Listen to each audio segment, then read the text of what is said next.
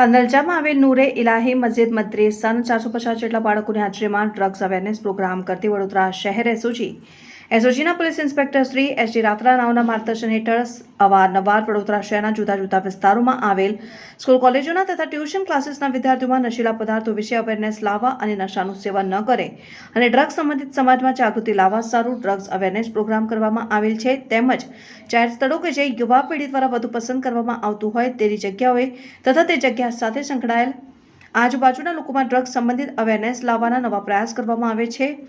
સે yes to life, no to ડ્રગ્સના સૂત્રને વધુ પ્રમાણમાં અસરકારક બનાવવા અને વૈશ્વિક ડ્રગ્સ સમસ્યા બહુપક્ષીય પડકાર સામે જાગૃતતા લાવવાના પ્રયાસ સમાજમાં જાગૃતિ લાવવા સારું 78મા સ્વતંત્રતા પર્વ દિવસ નિમિત્તે તાંતલજામાં આવેલ નૂરે ઇલાહી મસ્જિદ મદ્રેસા ખાતે ધ્વજવંદન કરીને ડ્રગ્સ અવેરનેસ પ્રોગ્રામની શરૂઆત કરવામાં આવી.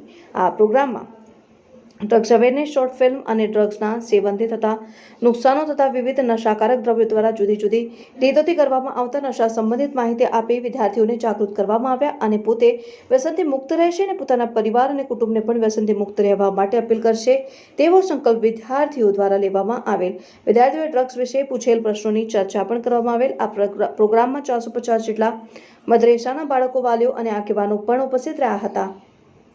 સારી કામગીરી કરનાર અધિકારીશ્રીમાં police inspector SD Ratda, head constable Asif Iqbal, Mohammad Ali, head constable Jitendra Shankarlal.